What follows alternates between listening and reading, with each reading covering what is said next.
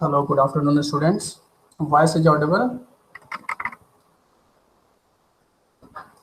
Yes, sir.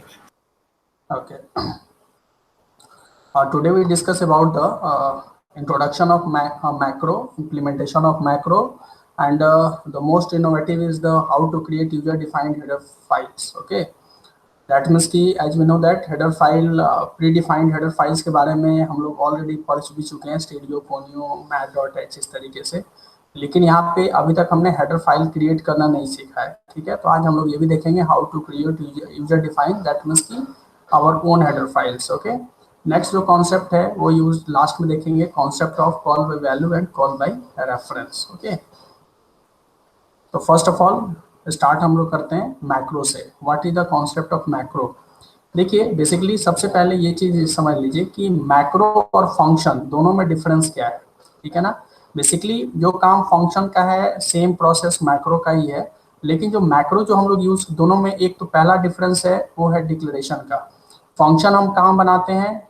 Header files के नीचे और मेन के ऊपर जनरली बनाते हैं, लेकिन मैक्रो जो होता है वो हम लोग कहाँ पे बनाते हैं? हेडर फाइल्स में, by using the include directive. जैसे स्टार्टिंग में हम लोगों ने पढ़ा भी था डायरेक्टिव, जिसमें प्री प्रोसेसर डायरेक्टिव था और एक था हैश डिफाइन इंक्लूड डायरेक्टिव था। ठीक है, तो ये इस डायरेक्टरी के थ्रू हम लोग क्या यूज करते हैं? मैक्रो यूज करते हैं। तो मैक्रो और फंक्शन दोनों में डिफरेंस ये है कि मैक्रो जब फंक्शन हम यूज करते हैं तो फंक्शन के अंदर में क्या होता है? कॉन्टेक्स्ट स्विचिंग होती है। कॉन्टेक्स्ट स्विचिंग का मतलब क्या है कि जैसे मेन के अंदर में अगर हम फंक्शन बना रहे हैं, ठीक है, तो फंक्शन को मेन के अंदर से हम कॉल करेंगे। ठीक है, तो कॉल जब करेंगे तो जहाँ पे फंक्शन है वहां पे कंट्रोल जाएगा, तो कंट्रोल प्रोग्राम के कंट्रोल को जाने में और फिर वहां से वैल्यू लेकर के आने में जो एक टाइम आपका कंज्यूम होता है, वो टाइम आपका मैक्रो के अंदर में कंज्यूम नहीं होता है। ठीक है, मैक्रो के अंदर में क्या होता है कि जो भी हम मैक्रो वहां पे डिफाइन करेंगे, जहां जहां पे वो मैक्रो दिखेगा वहां पे क्या होता है? During the compilation the code will be pasted. यहाँ पे क्या होता है? कोड पेस्ट हो जाता है।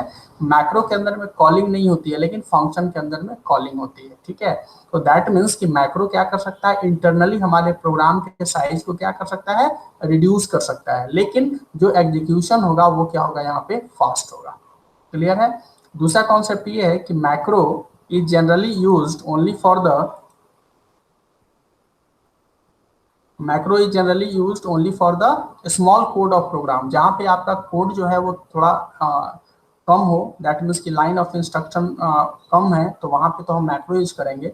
लेकिन जहाँ पे लाइन ऑफ कोड हमारा ज़्यादा है, सपोज कि ये 5 लाइन्स, 10 लाइन्स, 11 लाइन्स, 1000 लाइन इस तरीके से है, तो वहाँ पे हम लोग क्या यूज करेंगे? फंक्शन यूज करेंगे। ठीक है, तो आज के सेशन में हम लोग सबसे पहले ये देखेंगे कि how to define macro. Okay,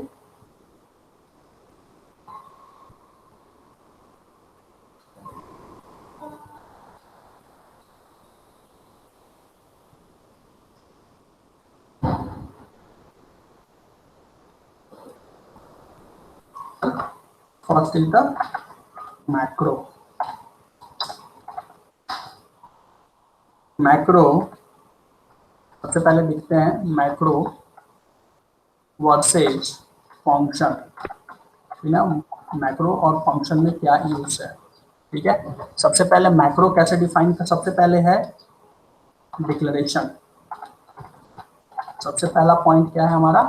declaration के अंदर में। ठीक है, अगर हमें मैक्रो डिफाइन करना है, ठीक है, तो मैक्रो कैसे डिफाइन करेंगे? देखिए यहाँ पे सिंपली लिखते हैं हैश डिफाइन। ठीक है, इसके बाद यहाँ पे सपोज कीजिए कि स्क्वायर लिख देते हैं, स्क्वायर एक्स। ठीक है, और यहाँ पे लिख दिया x into x. This is known as the macro.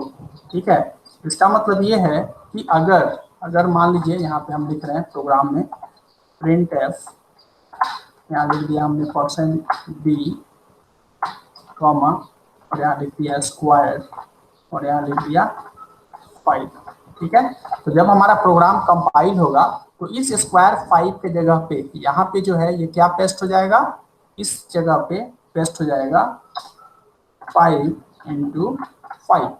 Okay, paste हो जाएगा। तो इससे क्या होगा कि जो भी आपका वैल्यू है 5 इंटू 5, दैट मीन्स 25 आपका रिजल्ट हो जाएगा। ठीक है, लेकिन ये तो डिक्लेरेशन का तरीका है। ठीक है, लेकिन जब हम फंक्शन बनाते हैं, ठीक है, अब यहाँ पे एक बार फंक्शन का लिखते हैं।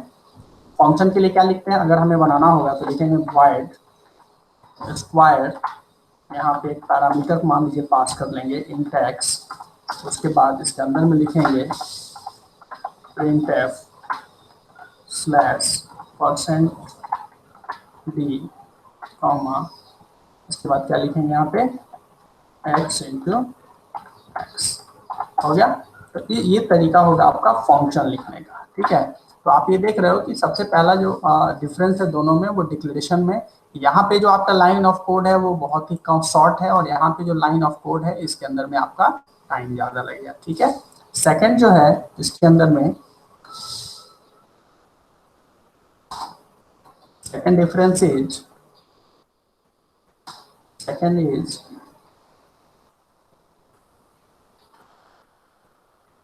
macro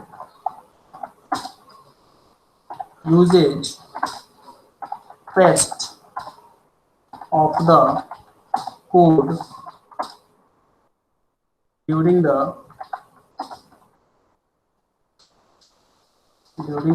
एग्जीक्यूशन, ठीक है। ये क्या करेगा, जैसे मैंने अभी आपको बताया है कि इसमें क्या होता है, मैक्रो क्या करता है कि जो भी हम यहाँ पे कोड देते हैं उसके जगह पे जो भी हम यहाँ पे डिफाइन करते हैं उसको ले जा करके वो टेस्ट करता जाता है, ठीक है। लेकिन अगर हम फंक्शन की बात करते हैं तो function send functions consumes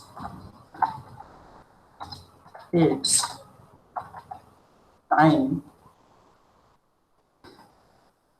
in context switching। Context switching का मतलब क्या होता है, कॉल्ड फंक्शन और कॉलिंग फंक्शन, ठीक है, जो जाता है that is a context switching.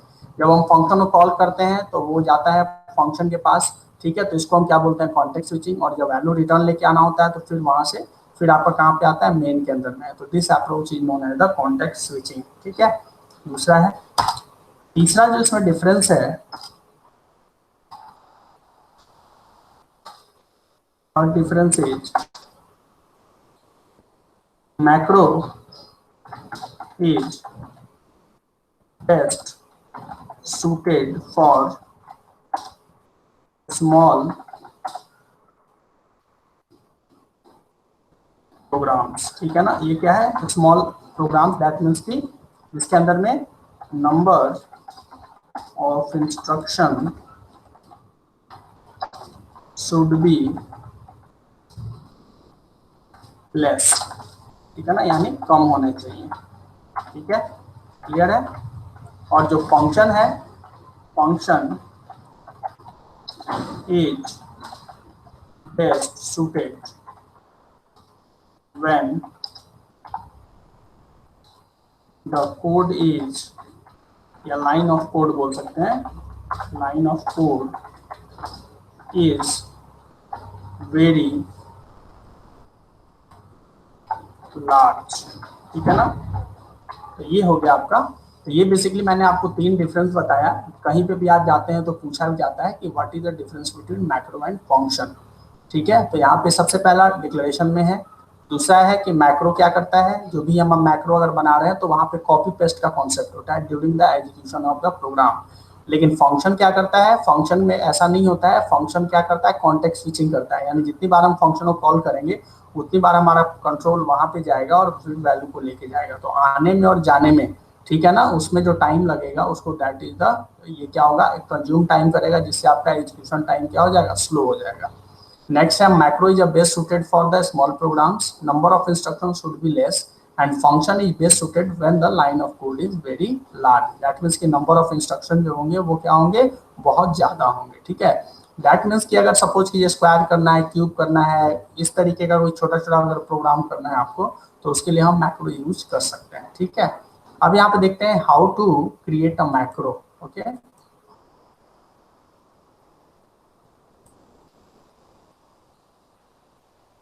How to create a macro, यहाँ पे लिख देते हैं हाउ टू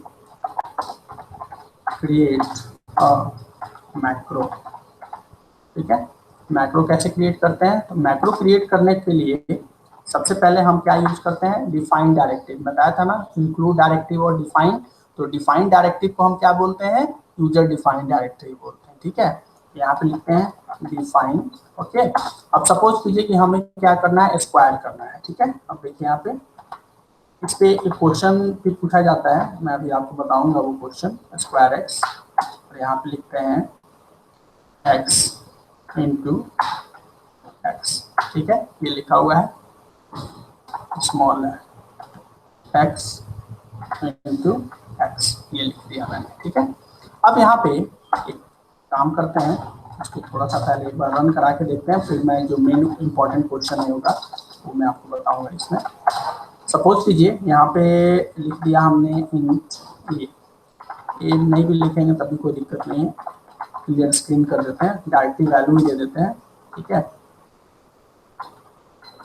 यहाँ पे लिखते हैं print f, okay, /n result equal to %d। Now क्या लिखेंगे, स्क्वायर है तो स्क्वायर, और यहाँ पे सपोज करके लिख दिया 5। ठीक है, now get ch, okay, file square should have a prototype, इसलिए आ रहा है क्योंकि स्क्वायर का स्पेलिंग है ना यहाँ पे गलत लिखा हुआ है, ये मिसिंग था वहाँ पे। अब हो जाएगा, हो गया। नाउ 25 आ रहा है। ओके, देखिए सिंगल वैल्यू है तब तो कोई प्रॉब्लम नहीं है, लेकिन अगर हम यहाँ पे सपोज कीजिए इस 5 के जगह पे अगर हम 3+2 लिखते हैं, ठीक है, इस 5 की जगह पे 3+2 लिखते हैं, तो आपको ये देखना है कि what will be the output. Okay, तो देखिए यहाँ पे जो आउटपुट हो सकता है वो क्या क्या हो सकता है, मैं यहाँ पे लिखता हूँ। पहला हमारे पास जो ऑप्शन होगा दैट इज द 3+2 25। ठीक है, सेकेंड जो ऑप्शन हो सकता है यहाँ पे 10। ठीक है, थर्ड जो ऑप्शन होगा वो होगा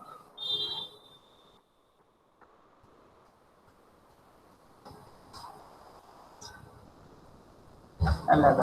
ठीक है, ये 3 ऑप्शन आपके पास है। ठीक है, अब ये तीनों ऑप्शन में से देखते हैं क्या आता है आपका। ठीक है, बहुत लोगों को ये लग रहा होगा कि यहाँ पे 3+2 लिखा है तो 3+2 5 हो जाएगा, और 5 × 5 क्या हो जाएगा, 25 हो जाएगा। मैक्सिमम लोगों को ये लग रहा होगा। ठीक है, तो सबसे पहले एक बार कंपाइल कराते हैं। ओके, नाउ वैल्यू देखिए, जिन लोगों को ये लग रहा था कि 25 आएगा एकदम वो थोड़ा सा ये हो गए होंगे कि भाई 11 कैसे आ रहा है, ये what is the reason behind this. Okay, तो यहाँ पे देखिए इसके पीछे लॉजिक क्या है। यहाँ पे 3+2 लिखा हुआ है, तो 3+2 यहाँ पे आप देख रहे होंगे x × x लिखा हुआ है। ठीक है ना, तो x × x का मतलब ये है 3+2 × 3+2, इस तरीके से ये इसको ट्रीट करेगा।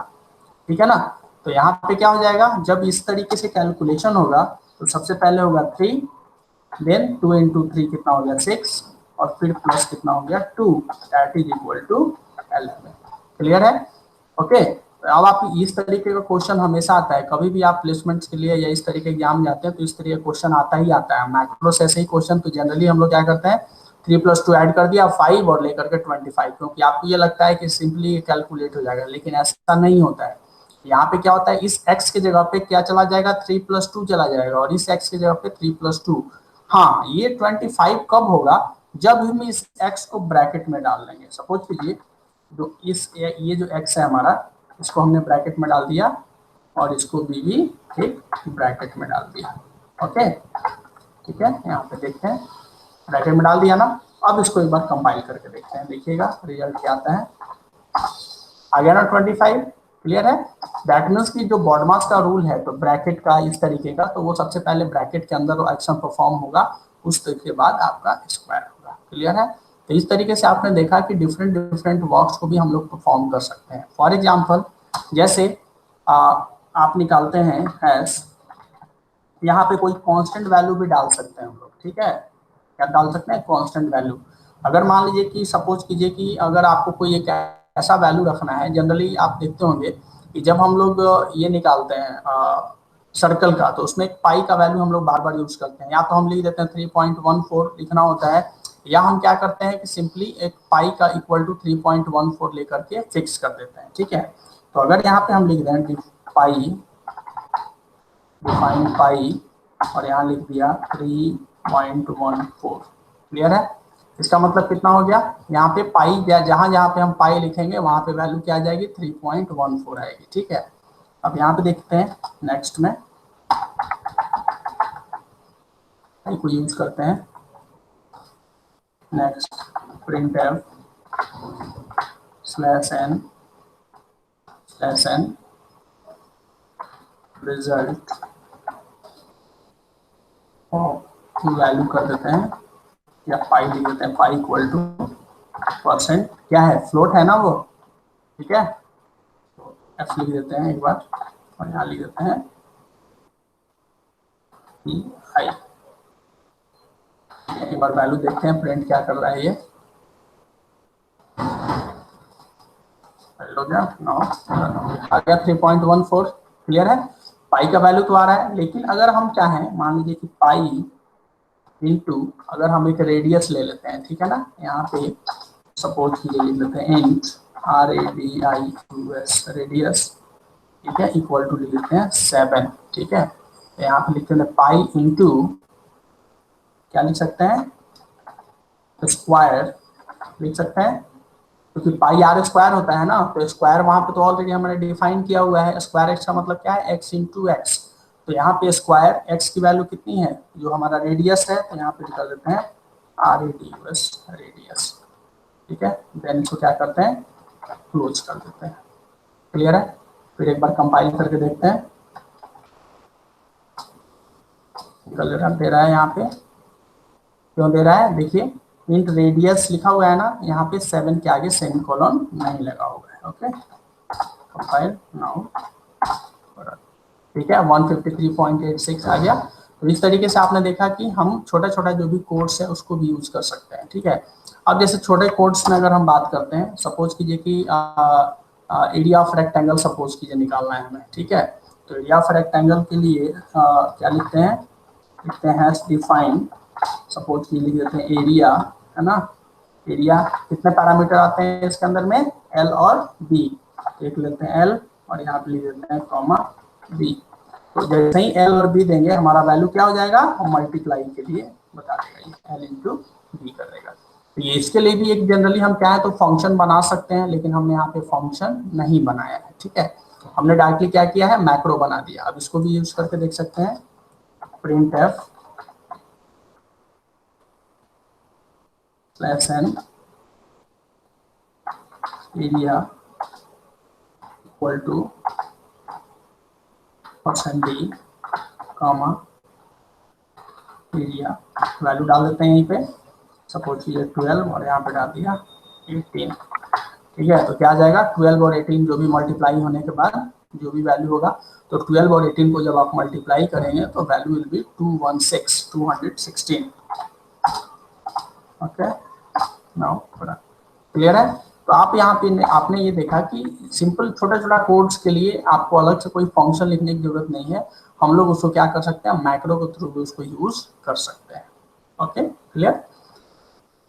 अब नेक्स्ट जो हम लोग का जो टॉपिक है वो है how to create a user defined header file. Okay, तो आपको ये देखना है कि हेडर फाइल्स कहाँ पे किस तरीके से हम लोग बनाएंगे, उसको फिर किस तरीके से एक्सेस करेंगे। ठीक है, इसके पहले बहुत लोग ऐसे भी होते हैं जिनको ये चीज पता नहीं होता है कि बेसिकली सी प्रोग्राम जब हम लिखते हैं तो कौन कौन सा फाइल बनता है ना। बहुत लोग ये भी सोचते होंगे, वो मैं बता भी दे रहा हूँ यहाँ पे, कि अगर मान लीजिए कि सी का प्रोग्राम आप बना रहे हो, ठीक है, इसको सपोज कि इसी प्रोग्राम को हम देखते हैं, फाइल सेव एज करते हैं। ठीक है, जनरली आपको ये बताया जाता है कि सी का जो कोडिंग, सी का कोई भी प्रोग्राम है उसको हम दो तरीके से सेव कर सकते हैं, .c और .cpp, है ना, क्योंकि C++ का कंपाइलर हम यूज कर रहे हैं तो वहां पे .cpp भी यूज कर सकते हैं और .c भी यूज कर सकते हैं।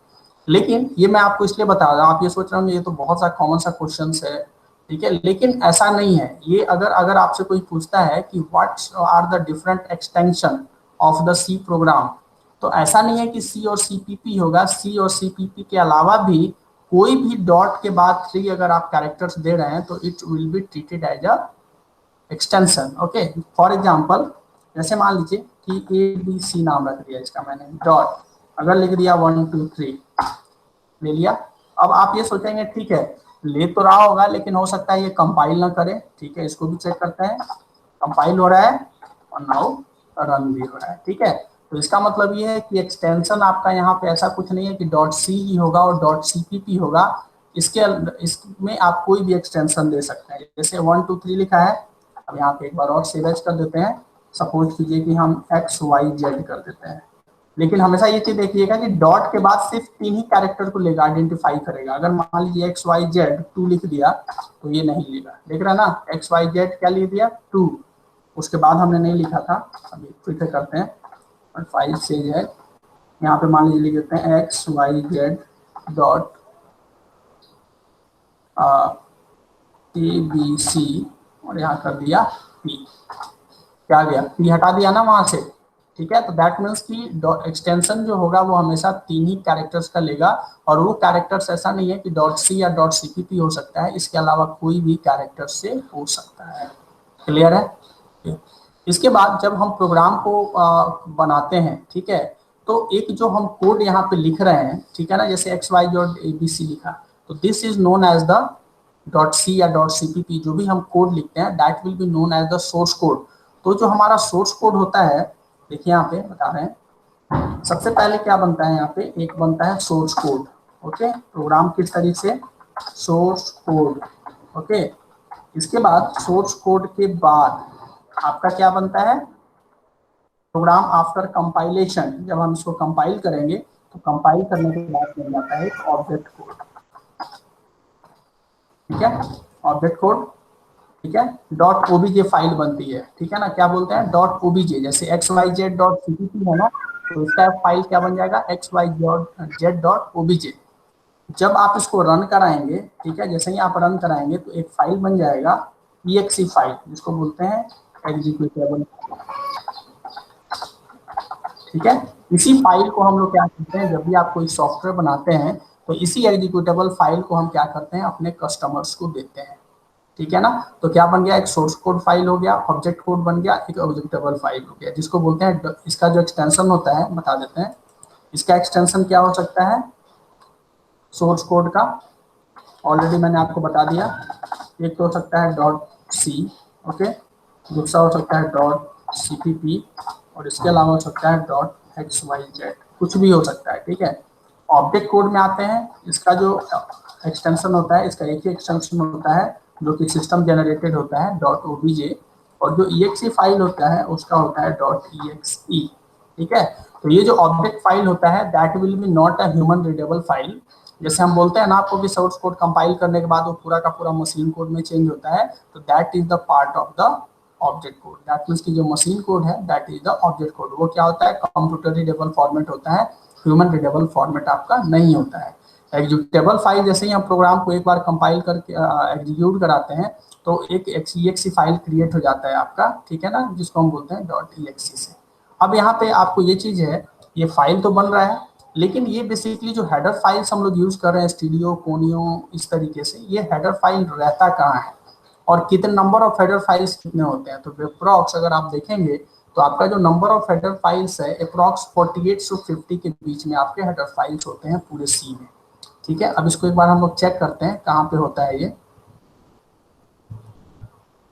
ओके, देखिए माई कंप्यूटर में जाएंगे, ओके, सी में जाएंगे, सी में आप देखेंगे टर्बो सी प्लस प्लस दिख रहा है, यहाँ पे टर्बो सी प्लस प्लस में आएंगे, यहाँ पे बेसिकली एक होता है डेस्क, ठीक है, इस डेस्क के अंदर में जाएंगे, यहाँ पे टर्बो C3 मिलेगा आपको, टर्बो C3 के अंदर में आपको एक यहाँ पे बीजीआई यूज करते हैं ग्राफिक्स के लिए, ठीक है ना, graphics.h के लिए जब ग्राफिक्स का प्रोग्राम करते हैं हम लोग तो बीजीआई यूज करते हैं। इसके बाद आपका होता है bin, classlib, library, doc file और ये इंक्लूड, ठीक है ना, इसी इंक्लूड के अंदर में सारे हेडर फाइल्स रहते हैं, ठीक है। अब इसको इंक्लूड को क्लिक करेंगे, देख रहे हैं ना, जैसे बहुत सारे हेडर फाइल्स हैं, जैसे सी टाइप डॉट एच जिसमें आपको टू अपर यूज किया था मैंने कल, स्ट्रिंग जब मैंने बताया था टू अपर टू लोअर, ये टू ASCII, इस तरह जितने भी कन्वर्जन के हैं ये सी टाइप डॉट एच के अंदर में है। मैथ डॉट एच आपका यहाँ हेडर फाइल है, ठीक है। स्टूडियो स्ट्रिंग डॉट एच यहाँ पे है। टाइम डॉट एच यानी टाइम से रिलेटेड भी फंक्शन हम लोग यहाँ पे यूज कर सकते हैं, ठीक है। तो इस तरीके से आप देख रहे हो जितने हेडर फाइल्स हैं यहाँ पे है, यहाँ पे, ठीक है। ये जो है यहाँ पे सिस नाम का फोल्डर, इसके अंदर में भी आपके पास 3 हेडर फाइल्स हैं। तो 3 हेडर फाइल्स आपके ये हो गए, और बाकी हेडर फाइल्स अगर हम इसको एक बार सेलेक्ट कर लेते हैं तो आपको पता चल जाएगा कि हाउ मेनी 3 तो अंदर में है। यहाँ पे देखते हैं इसको प्रॉपर्टीज करके, प्रॉपर्टीज कितना दिखा रहा है 47 फाइल्स, यानी 47 फाइल्स तो यहाँ है हेडर फाइल्स, और 3 फाइल्स कहाँ पे सिस के अंदर में है। तो 47 और प्लस 3 कितना हो गया, दैट मीन्स कि 15 हेडर फाइल्स जो है 50 हेडर फाइल्स आपके सी और सी प्लस प्लस के अंदर में एग्जिस्ट करते हैं, ठीक है ना। अब यहाँ पे ये जितने भी हेडर फाइल्स हैं that will be known as the predefined header files. क्या है प्री डिफाइंड, क्योंकि पहले से डिफाइंड है at the time of the installation of the software, okay. तो अब हम लोग को ये जो नेक्स्ट हम लोग का जो कॉन्सेप्ट हम लोग को सीखना है that will be the user defined header file. तो what are the different types of stages and what are the code that will be written for the predefined या user defined header files, okay. तो सबसे पहले हम लोग को ये देखना होगा कि यहाँ पे यूजर डिफाइंड हेडर फाइल्स बनाते कैसे हैं, ठीक है। बहुत लोगों ने हो सकता है बनाया भी हो और बहुत लोगों ने हो सकता है नहीं भी बनाया हो, तो मैं आपको बता रहा हूँ किस तरीके से बनाते हैं। सबसे पहले देखते हैं यूजर डिफाइंड, पहले सबसे पहले हेडर फाइल लिखते हैं। हेडर फाइल क्या होता है, ठीक है। हेडर फाइल बहुत जगह पूछा भी जाता है आपसे कि what is the definition, okay. बोल सकते हैं it is a collection of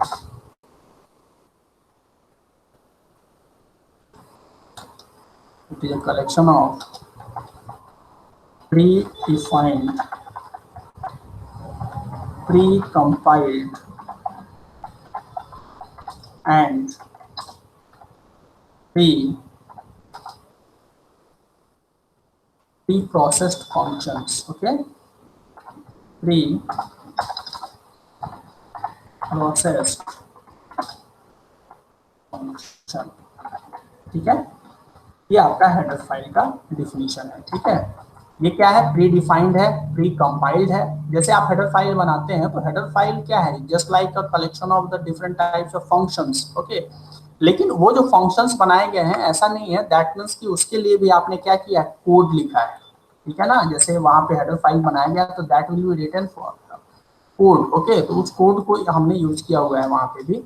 लेकिन अगर सपोज कीजिए कि हमें कुछ अपना हेडर फाइल बनाना है, जैसे सपोज कीजिए कि आप स्टूडियो कोनियो आप बार बार लिख रहे हैं इस चीज को, और हम चाहते हैं कि नहीं हम उस चीज को नहीं लिखें, आप अपना नाम चाहते हैं। सपोज कीजिए कि किसी का नाम यहाँ पे है, अगर मान लेते हैं कि किसी का नाम है रमेश नाम है, ठीक है। और रमेश डॉट एच अगर हम यूज करना चाह रहे हैं, ठीक है। तो रमेश डॉट एच के नाम से हेडर फाइल हम बना रहे हैं, और वो हेडर फाइल अगर हमें कोई भी हेडर फाइल सपोज कि स्टूडियो कोनियो जो 3-4 हेडर फाइल्स हमको लिखना पड़ रहा है, उसके जगह पे हम सिर्फ एक ही हेडर फाइल यूज कर देंगे। वो क्या यूज कर देंगे, hash include Ramesh dot h, okay. तो इसके लिए क्या तरीका होगा ये देखते हैं पहले, ठीक है। तो सबसे पहले हम आपको ये बताते हैं कि आप अपने नाम से हेडर फाइल किस तरीके से बनाएंगे, ओके। सबसे पहले यहाँ पे लिखेंगे hash include, okay, stdio dot H, hash जितना भी आपको आ रहा है, ठीक है ना, माइंड में वो सारे को यहाँ पे एक बार लिख दे रहे हैं, कोनियो डॉट एच, ओके। फिर हैश इंक्लूड, स्ट्रिंग यूज किया था ना आपने, तो स्ट्रिंग डॉट एच, फिर hash include math dot h, okay. Hash include dots भी यूज किया है आपने, तो डॉट्स भी लिख देते हैं, डॉट्स डॉट एच, ठीक है। फिर एक हैश इंक्लूड प्रोसेस भी यूज किया था जिसमें एग्जिट यूज किया था हम लोगों ने, hash include process dot h, okay. इस तरीके से जो भी आपको हेडर फाइल्स यहाँ पे आ रहा है ये सारे लिख दिए। एक और सी टाइप यूज किया था ना, यहाँ पे लिख देते हैं hash include c type dot h. हो गया। अब सपोज कीजिए कितने हेडर फाइल्स हमने लिख दिए, ठीक है, और इसको सारे को सेव कर दे रहे हैं, फाइल सेव एज। सपोज कीजिए कि हमने लिखा था कोई हेडर फाइल बना लेते हैं, रमेश के नाम से ही है, तो यहाँ पे लिखते हैं REMS रमेश डॉट। जब भी हम हेडर फाइल बनाएंगे तो उसका एक्सटेंशन क्या होता है, डॉट एच। तो हम इस प्रोग्राम को रमेश डॉट एच के नाम से सेव कर देते हैं। हो गया, सेव हो गया ना, Ramesh dot H. That means कि it is not a program, it is a header file. Okay, और इस हेडर फाइल के अंदर में हमने ये सारे हेडर फाइल्स को ऐड कर दिया है। इसका मतलब ये है कि अब हम किसी भी प्रोग्राम में अगर hash include Ramesh dot H लिखेंगे तो हमें स्टूडियो को भी यूज कर सकते हैं, कोनियो को भी यूज कर सकते हैं, स्ट्रिंग को भी यूज कर सकते हैं, मैथ को, डॉस को, प्रोसेस को और सी टाइप्स को, सारे को यूज कर सकते हैं। ओके, अब यहाँ पे इसको फाइल को यहाँ पे कर देते हैं सेव। करने के बाद आप इसको कंपाइल करते हैं, कंपाइल करेंगे, एक एरर शो कर रहा है, कोई प्रॉब्लम नहीं है, वो चूंकि C++ कंपाइलर है इसलिए आ रहा है। हो गया। अच्छा, यहाँ मैथ उल्टा लिख दिया है मैंने, ऑल्ट सी। हो गया। लेकिन ये जो एरर एक आया था, ये एरर जनरली आता है जब हम C++ में जब आप हेडर फाइल बनाएंगे ना, तो ये एक एरर शो करेगा, लेकिन उस एक एरर से आपको कोई प्रॉब्लम क्रिएट नहीं होगा। ठीक है ना। यहाँ पे ये जो अभी एरर आया था वो इसलिए आया था क्योंकि यहाँ पे हमने उसको रिवर्स लिख दिया था। ठीक है, फिर एक बार कंपाइल करा लेते हैं। हो गया कंपाइल। दैट मीन्स कि हमारा रमेश डॉट एच का नाम से जो हेडर फाइल है वो बन के रेडी हो गया है। ठीक है, अब हमें क्या करना है, उसको यूज करना है। अब आप सोचेंगे ना कि इतने फंक्शन को लिखे हैं, इसको यूज कैसे करेंगे। फाइल न्यू, नाम क्या है, रमेश डॉट एच। तो हमें सिर्फ इतना कुछ नहीं लिखना है, हमें सिर्फ लिखना है hash include Ramesh dot H. ठीक है। अब सपोज कीजिए यहाँ पे कुछ फंक्शन यूज कर ले रहे हैं, मान लीजिए एक लिख देते हैं प्रिंट क्लियर स्क्रीन, पहले लिखा हुआ है।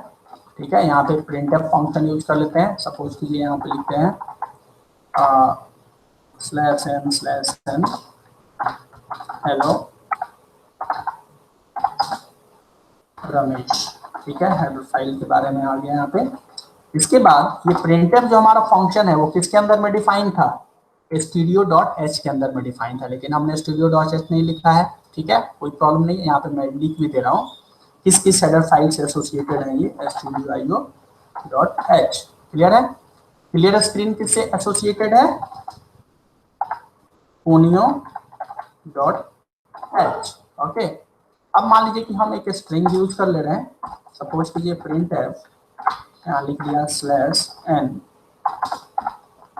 Length of string equal to %d, और स्ट्रिंग को लेंथ के लिए फंक्शन क्या था, strlen, और यहाँ पे लिख दिया सपोज कीजिए RAMESH। ठीक है, क्लियर है, समझ में आ रहा है। तो इस इतने तरीके का यहाँ पे ये कोनियो के स्टूडियो से, और ये किससे रिलेटेड है, ये रिलेटेड है आपका स्ट्रिंग से। ओके, यहाँ पे लिख देते हैं स्ट्रिंग डॉट एच। तो यहाँ पे हेडर फाइल्स हमारे पास 3 है, दैट मीन्स कि हमें 3 लिखने होंगे। यहाँ पे हमने hash include Ramesh dot H लिखा है। अब यहाँ पे ये चीज देखिए, ये जब हम प्रोग्राम को कंपाइल करेंगे तो इट जनरेट्स एन एरर। ठीक है ना, एक एरर शो करेगा। ये एरर इसलिए शो करेगा कि यहाँ पे जो हमने ये जो यूज किया है एंगुलर ब्रैकेट के अंदर में जो लिखा है हेडर फाइल्स, ये एंगुलर ब्रैकेट हम तभी यूज करेंगे जब वो प्री डिफाइंड हेडर फाइल होगा, यानी कोनियो डॉट एच होगा, स्टूडियो डॉट होगा, स्ट्रिंग डॉट एच होगा, प्री डिफाइंड होगा। लेकिन ये जो रमेश डॉट एच है ये क्या है, यूजर डिफाइंड है। तो इसीलिए यहाँ पे हम लिखेंगे डबल कोट के अंदर लिखेंगे इसको। क्लियर, डबल कोट के अंदर में इसको लिखेंगे। क्लियर है, दैट मीन्स कि यहाँ पे लिख देते हैं यूजर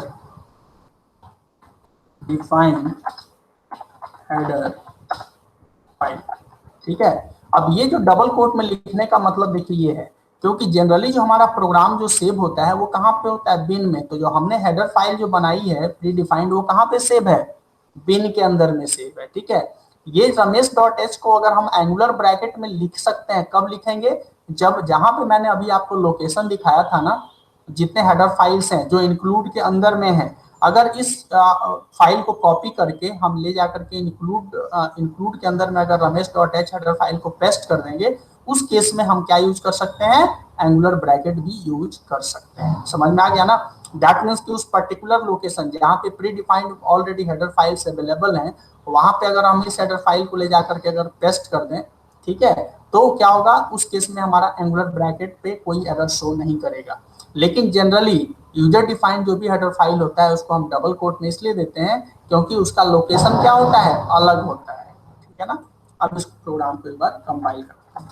कंपाइल हो गया, ओके, नाउ रन। आ गया ना? हेलो रमेश भी आ गया और लेंथ ऑफ स्ट्रिंग 6 भी आ गया। क्लियर है?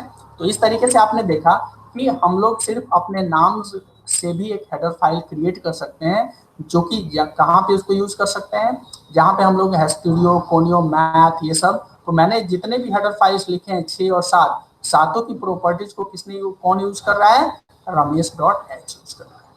क्लियर है? समझ में आ गया? तो इस तरीके से आपने ये देखा कि किस तरीके से हम लोग अपने नाम से भी हेडर फाइल बना करके और उसको बेसिकली आपका टाइम भी रिड्यूस हो गया ना। टाइम रिड्यूस का मतलब ये है कि अब जितना हेडर फाइल्स, मान लीजिए कि आप कोई प्रोजेक्ट पे काम कर रहे हैं, तो सपोज कीजिए कि 10 हेडर फाइल्स आप यूज कर रहे हैं, तो 10 हेडर फाइल्स लिखने में टाइम लगेगा ना। तो आप क्या करेंगे, सिंपली एक हेडर फाइल बना लेंगे और जहां जहां प्रोग्राम बनाना होगा वहां बस हैश इंक्लूड, और जिस हेडर फाइल के थ्रू सारे चीजों को, सारे हेडर फाइल्स को आपने उसमें कंक्लूड किया था, वो उसको यूज कर लेंगे यहाँ पे। ठीक है ना? इससे क्या होगा कि आपका टाइम कंज्यूम नहीं होगा। समझ में आ गया? अब यहाँ पे ये आपने देखा कि हेडर फाइल तो हमने क्रिएट कर लिया, लेकिन जनरली जैसे प्रिंटफ फंक्शन है, इस तरीके से फंक्शंस हम कैसे यूज करेंगे। अगर मान लीजिए कि हमें कोई सम नाम का फंक्शन बना दिया जिसके अंदर में 3 वैल्यू डाल दिया कि वो जैसे ही हम सम लिखे हमारा 2 वैल्यू का सम हो जाए, तो इस तरीके के, दैट मीन्स कि अभी हमने हेडर फाइल तो सिंपल बना लिया, लेकिन अभी हेडर फाइल के अंदर में हमने फंक्शंस नहीं बनाए हैं। ठीक है ना? तो अब जो नेक्स्ट प्रोग्राम बताएंगे उसमें ये बताएंगे हाउ कैन वी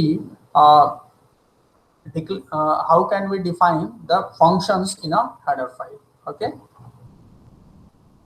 now अब इसी को एक बार देखते हैं, फाइल न्यू। ओके, अब रमेश डॉट एस तो हमारे पास है ही हेडर फाइल। ठीक है, तो हम क्या करते हैं, यहाँ पे लिख लेते हैं हैश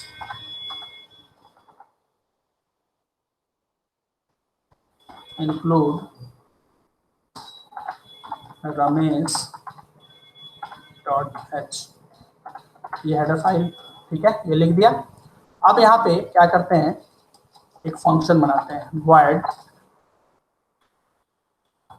सम। ठीक है, सम, 2 वेरिएबल का सम करेगा ये, इंट ए इंट बी। ठीक है, और यहाँ से क्या कर देते हैं, वैल्यू को डिस्प्ले करा दे रहे हैं। यहाँ पे वैल्यू हम रिटर्न भी करा सकते हैं। ठीक है, रिटर्न कराने के लिए क्या लिखेंगे, यहाँ पे INT लिख देंगे तो वैल्यू रिटर्न कर जाएगा। तो अगर रिटर्न कर रहा है तो हम क्या लिखेंगे, यहाँ पे रिटर्न कीवर्ड यूज करेंगे, रिटर्न, और क्या लिख देंगे, सपोज कीजिए A प्लस B। क्लियर है? ठीक है, नेक्स्ट है, अगर मान लीजिए हम यहाँ पे लिख रहे हैं इन SUB, तो लिख रहे हैं इन A और इन B। क्लियर है? यहाँ पे क्या लिख सकते हैं, return A minus B minus B।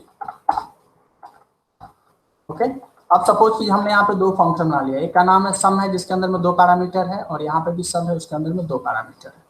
ठीक है, इस फाइल को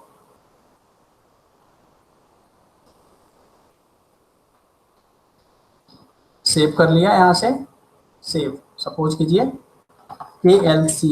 कैलसी डॉट एच, कैलसी का मतलब कैलकुलेटर। ठीक है, यहाँ पे लिख दिया कैलसी dot H.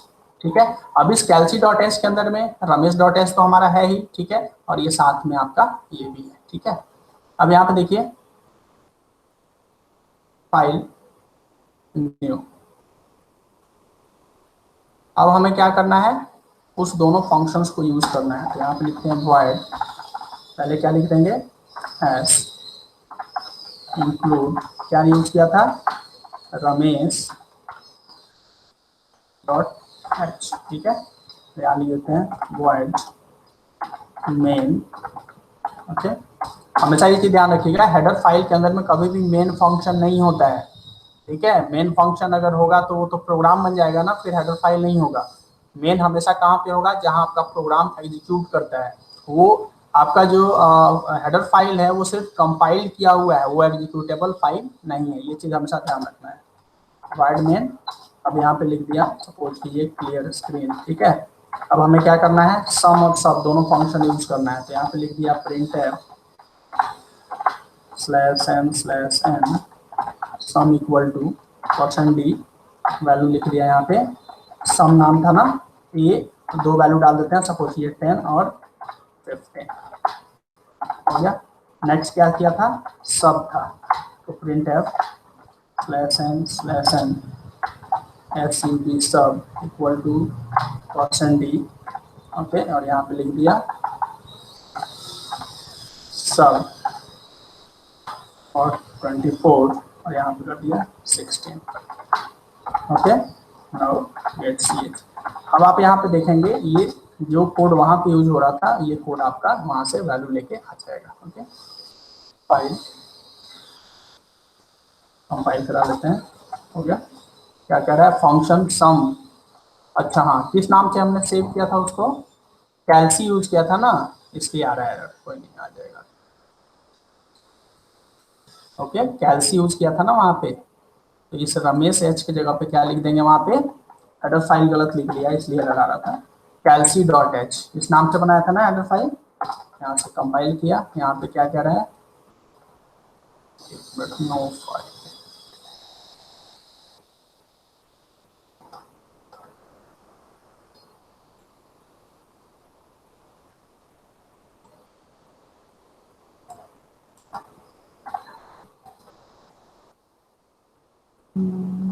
Ramesh dot H no file name ending.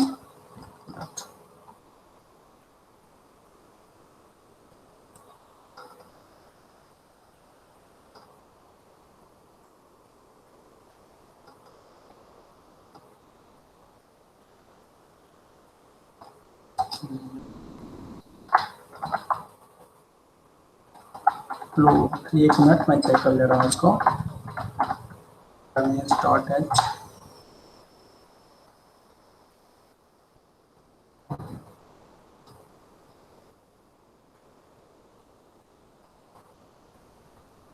एक मिनट, कैल्सी डॉट एच को एक बार ओपन करके देख लेते हैं, हो सकता है कुछ मिस हो गया होगा वहाँ पे। कैल्सी कैल्सी dot H,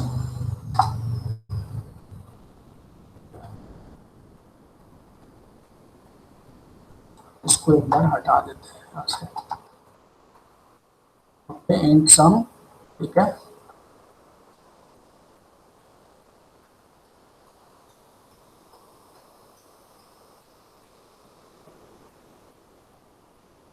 A-B, okay.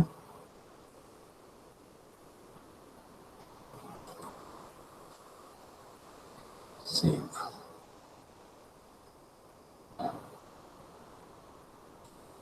Okay. इसको कंपाइल नहीं किया था शायद मैंने, कंपाइल, ओके। अब यहाँ पे कौन सा प्रोग्राम था, उस प्रोग्राम को सेव किया था, नहीं किया था शायद, ओके। चलिए कोई नहीं, यहाँ पे तुरंत कर देते हैं, कैंसिल कर देते हैं। यहाँ पे लिख देते हैं, सपोज कीजिए s include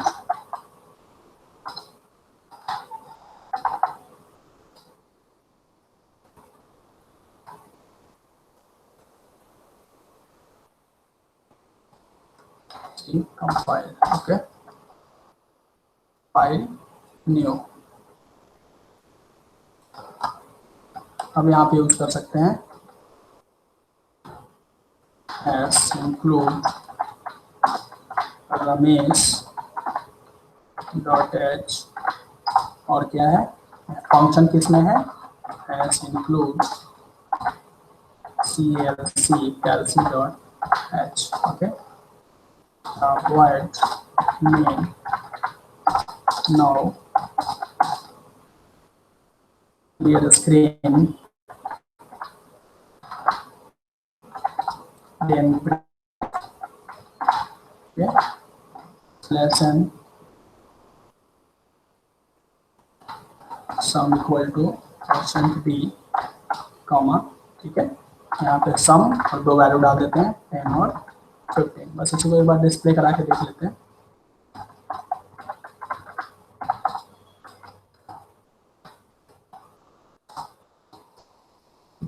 no file ending यहाँ पे है ना, मुझे लग रहा है कोई कैरेक्टर जो है ना वो टाइप हो गया है, ठीक है। तो मैं काम करता हूँ अलग से ही आपको छोटा सा बता देता हूँ, एक अलग से ही बना लेते हैं, ठीक है। वो कैरेक्टर मुझे लग रहा है कोई टाइप हो गया है, इसके चलते नहीं आ रहा है वो, ठीक है। studio.h कर दिया यहाँ पे, ठीक है। एक हेडर फाइल ही बना ले रहे हैं, include tonio.h, ओके। यहाँ पे एक फंक्शन बना लिया void, सपोज कीजिए sum, ठीक है, int a int b, okay. यहाँ पे सपोज कीजिए कि सिंपली इसको डिस्प्ले करा लिया है, यहाँ पे printf %d और यहाँ पे लिख दिया क्या करेंगे a प्लस b। ये हमारा हेडर फाइल हो गया, एक फंक्शन बना दिया इसमें, ठीक है। एक दूसरा फंक्शन और बना देते हैं void sub सब, यहाँ लिख दिया int a और int b, ओके। यहाँ पे भी फिर वही चीज है printf %d comma a minus b, ठीक है, इस तरीके से यहाँ पे, और इसके बाद यहाँ से क्लोज कर दिया, ठीक है। तो यहाँ पे हमने क्या किया, एक हेडर फाइल बना रहे हैं, इसका नाम रख देते हैं, सपोज कीजिए कैल्सी रखा था ना, इसका कुछ अलग रख देते हैं, ऐड करके डाल देते हैं या मैथ करके डालते हैं M81 मैथ के नाम से, ठीक है। तो यहाँ फाइल सेव एज कर देते हैं M80 math.h, हेडर फाइल बन गया। अब इसको कंपाइल कर लेते हैं, हो गया। अब यहाँ पे फाइल न्यू कर देते हैं, ठीक है। अब जो हमारा हेडर फाइल है उसको अटैच करना पड़ेगा ना, तो यहाँ पे लिखेंगे हैश इंक्लूड, फाइल का नाम क्या है M80 math.h, ओके। अब हमें क्या करना है void main, अब दोनों फंक्शंस को यूज करना है हमें। तो यूज करने के लिए क्या है, सबसे पहला फंक्शन क्या है, सम था ना, उसके अंदर में मान लीजिए कि दो वैल्यू डाल देते हैं 10 और 15, ठीक है। और दूसरा फंक्शन हमारे पास क्या था सब, मान लीजिए कि 12 और यहाँ पे दे दिया मान लीजिए कि 9, ओके। और यहाँ पे कर दिया गेट ch, ओके। कंपाइल हो गया, क्लियर, देख रहे हैं कंपाइल हो गया ना। इसका मतलब अब ये जब रन कराएंगे तो हमारा वैल्यू आ जाएगा, आ गया। देखिए यहाँ पे ये वैल्यू आया है। एक्चुअली क्लियर स्क्रीन नहीं लगाया मैंने, इसलिए वो नहीं दिख रहा होगा आपको। क्लियर स्क्रीन यहाँ पे हम यूज कर देते हैं, CLR अब हो जाएगा, और रन हो गया। पहला का कितना आया 25 और दूसरा कितना आया 3, स्पेस नहीं लिया है मैंने यहाँ पे, तो स्पेस के लिए क्या लिख देंगे printf now/n/n। अब यहाँ पे सबसे पहले वाला वैल्यू कितना दिखेगा 25 और दूसरे वाला का वैल्यू क्या दिखेगा 3, यहाँ पे 3, ठीक है। तो इस तरीके से जो है हम हेडर फाइल खुद से क्रिएट कर सकते हैं, क्लियर है। नेक्स्ट जो है इसके अंदर में एक जो कॉन्सेप्ट में है, लास्ट जो इसमें आज का कॉन्सेप्ट बता रहे हैं, कॉल बाय वैल्यू और कॉल बाय रेफरेंस।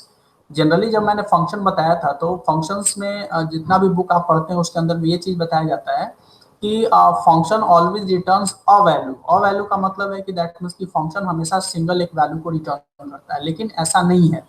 फंक्शन जो है मोर देन वन वैल्यू को भी रिटर्न करता है, लेकिन कब करता है, जब हम कॉल बाय वैल्यू की जगह पे कॉल बाय रेफरेंस। अब रेफरेंस मैंने फंक्शन में इसलिए नहीं बताया था क्योंकि मैंने आपको पॉइंटर का कॉन्सेप्ट अभी डिस्कस नहीं किया था उस टाइम में। तो अभी हम लोग एक छोटा सा प्रोग्राम देखेंगे जिसके अंदर में स्वैप करेंगे, क्योंकि स्वैपिंग का प्रोग्राम हम लोग इसलिए लेते हैं क्योंकि जब हम फंक्शन बनाएंगे स्वैपिंग का तो हमेशा स्वैपिंग के अंदर में क्या आएगा, मोर देन वन वैल्यू हमारे पास आएगा ऑलवेज, ठीक है। तो इसीलिए यहाँ पे कॉल बाय रेफरेंस का एक एग्जांपल दे रहे हैं कि किस तरीके से हम लोग कॉल बाय रेफरेंस को यूज करते हैं, ओके।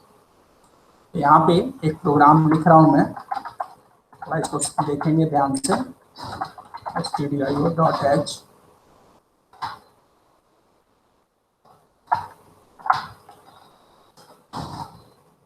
has include tonio.h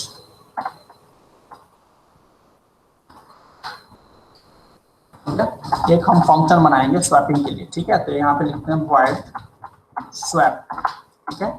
यहाँ पे दो, स्वैपिंग का मतलब पता है आपको कि एक को दूसरे दो वैल्यू है तो दोनों को आपस में इंटरचेंज कर देते हैं।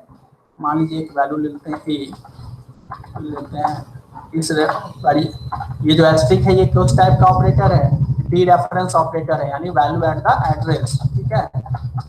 यहाँ पे लिख देते हैं इन डी, कर देते हैं कोई value T equal to ref equal to A और A equal to B, okay, and B equal to B, ठीक है। ये वैल्यू हो गया। और यहाँ पे लिखते हैं print F,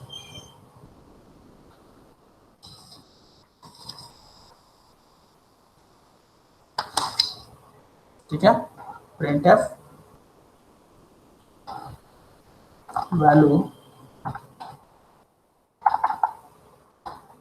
of A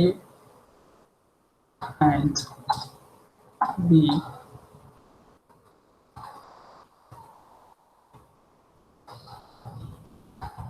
in function, क्या होगा, दोनों की वैल्यू प्रिंट करा देते हैं, print f slash a equal to percent d and percent d and B equal to percent d, और वैल्यू क्या है दोनों की, asterisk d and asterisk B,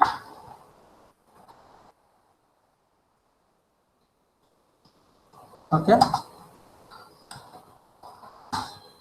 यहाँ पे, ठीक है।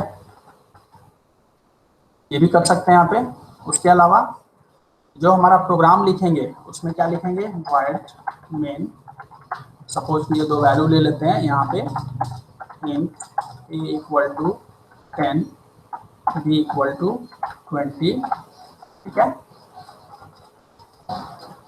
क्लियर स्क्रीन, यहाँ पे क्या करते हैं, सिंपली उसको कॉल करते हैं। तो कॉल कैसे करेंगे, स्वैप, स्वैप नाम का एक फंक्शन बना दिया, और यहाँ पे क्या करते हैं, सपोज कीजिए आप यहाँ पे लिख देते हैं reference of a comma reference of b, ठीक है। यहाँ पे कर देते हैं गेट सी एच, ठीक है। यहाँ पे सपोज कीजिए रख देते हैं सी, वेरिएबल नाम अलग अलग कर देते हैं, कंफ्यूजन नहीं होगा आपको। यहाँ पे कर देते हैं सी, यहाँ पे कर देते हैं डी, ठीक है।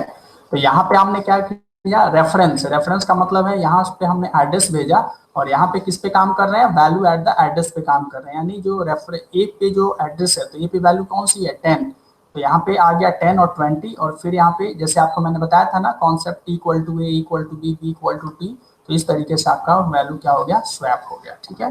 अब यहाँ पे देखते हैं कंपाइल, अनडिफाइंड सिंबल बोल रहा है ए और बी, हाँ सही है, क्योंकि हमने यहाँ पे क्या किया, सी कर दिया ना, यहाँ पे सी कर देंगे, यहाँ पे सी कर देंगे, यहाँ पे डी कर देंगे, यहाँ पे डी कर देंगे, और यहाँ पे टी कर देंगे, ठीक है।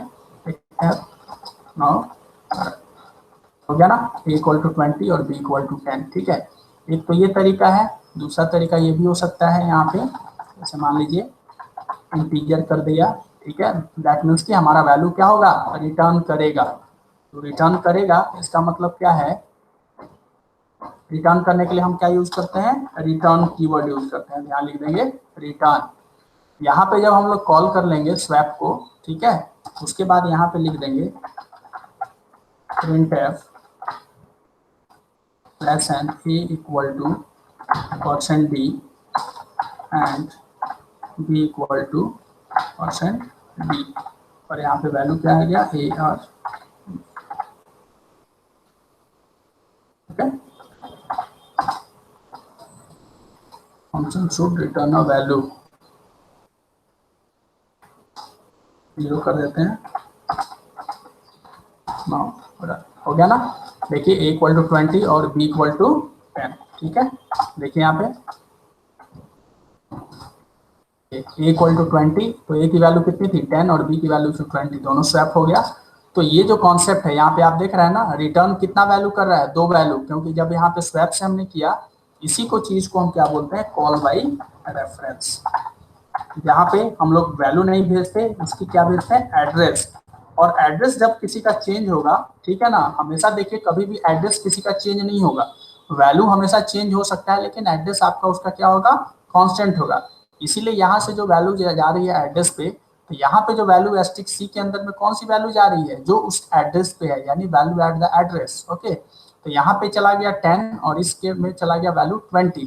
और यहाँ पे जो स्वैपिंग का कॉन्सेप्ट हमने यूज किया, t equal to a, t equal to a equal to b, b equal to, इस तरीके से करके, ठीक है। उसके बाद आपका क्या हुआ है, यहाँ पे हम लिखते हैं रिटर्न 0। रिटर्न 0 का मतलब है कि इट रिटर्न्स अ वैल्यू, ठीक है ना। तो रिटर्न्स वैल्यू का मतलब है कि मोर देन 1 वैल्यू।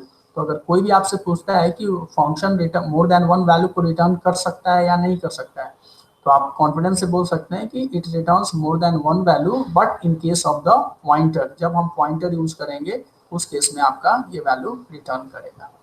ओके।